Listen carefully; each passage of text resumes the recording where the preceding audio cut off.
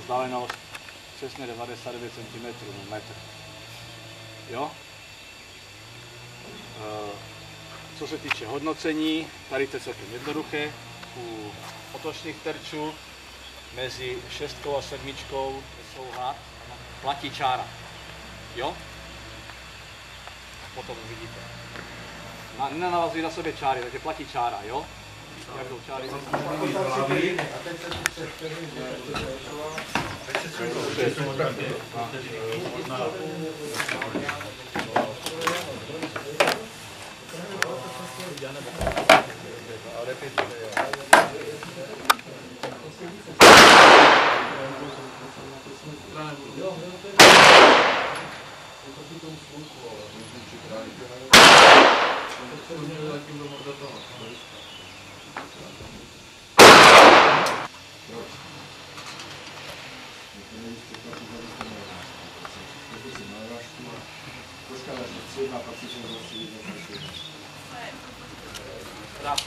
Na čas. Přiletěl zraz.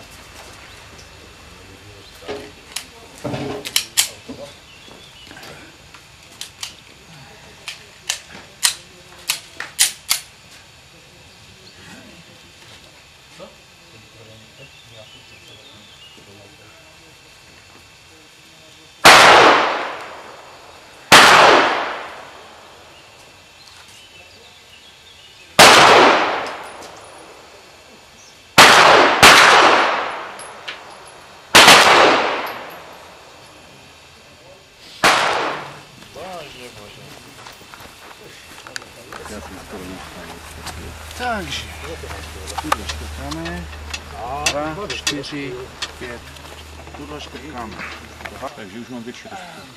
Tady pryč, 1, 2, 48. 48. Tady pryč, 4, 5, 6, 7, 8, 9, 10, 11, 12, 38, 8.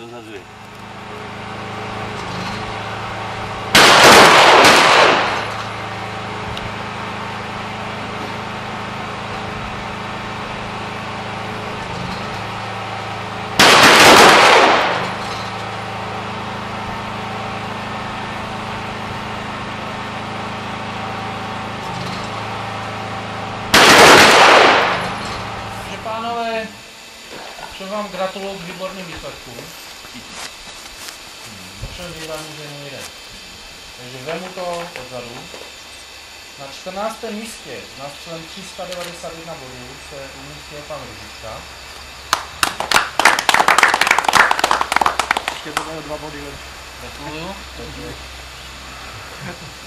Na 13. místě s nástřelem 458 pan Opletal. Můžeš zachodit? Ne, dobrý. Nedržujme to, ještě.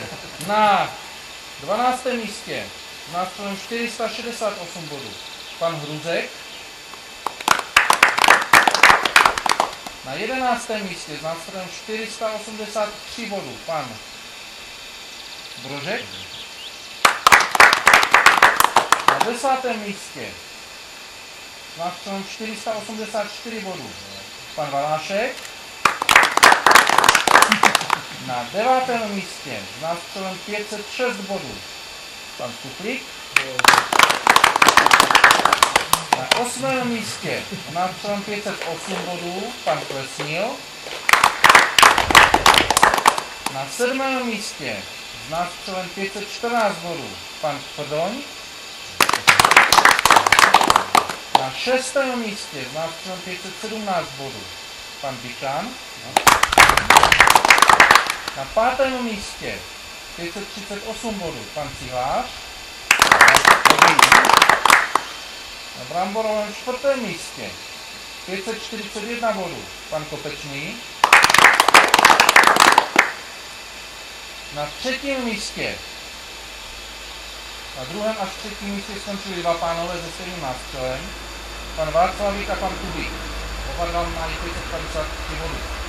Ovšem, pan Václavík má těžší druhou disciplínu, jak celou disciplínu má lepší, tak poslední položku v této disciplíně má lepší. Tudíž na 3. místě je pan Kubík, Gratuluju.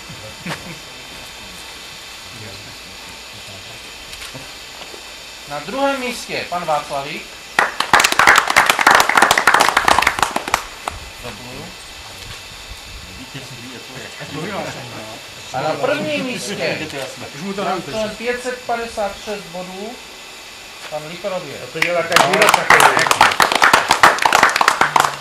Gratuluju. Taky další.